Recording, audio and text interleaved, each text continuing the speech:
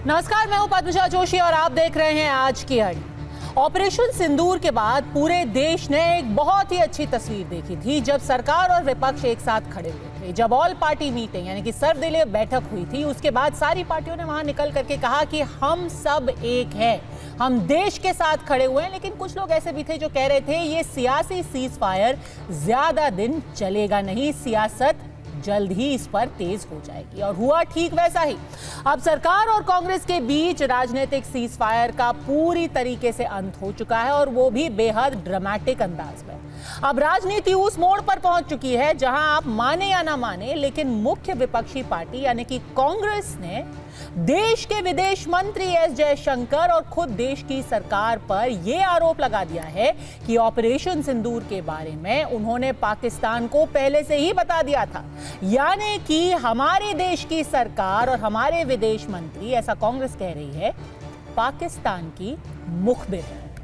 अब आप अंदाजा लगाइए कि इस बात से पाकिस्तान कितना खुश होगा।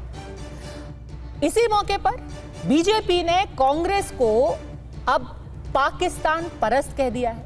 यह कहा है कि जो भी इल्जाम कांग्रेस पार्टी लगा रही है वो सीधे पाकिस्तान की जनरल आसिम मुनीर की स्क्रिप्ट से पढ़कर। बीजेपी ने एक पोस्टर भी जारी किया है जिसमें कांग्रेस के सांसद और नेता विपक्ष लोकसभा में राहुल गांधी और पाकिस्तानी सेना प्रमुख जनरल आसिम मुनीर को एक साथ दिखाया गया है। साथ ही यह भी आरोप लगाया है कि दोनों का एजेंडा एक ही है। इस पर कांग्रेस का पलटवार आया है।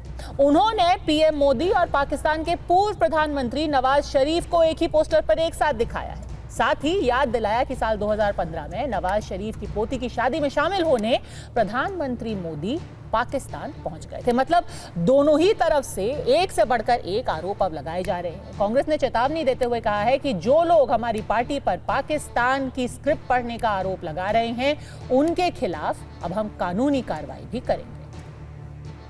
इस देश के राजनीतिक नेतृत्व पर हमें भरोसा नहीं है। हम उनसे सवाल पूछेंगे, बार बार पूछेंगे। आप खुद बोलते हैं आपने पाकिस्तान को पहले ही सूचित कर दिया। पाकिस्तान को सूचित कर दिया और पुंछ के नागरिकों को नहीं किया।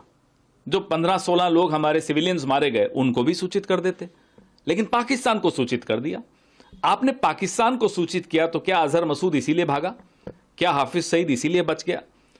और इस सूचना देने के बाद भारत को क्या क्या नुकसान हुआ, ये आतंकी तो आपके सामने भाग ही गए हैं।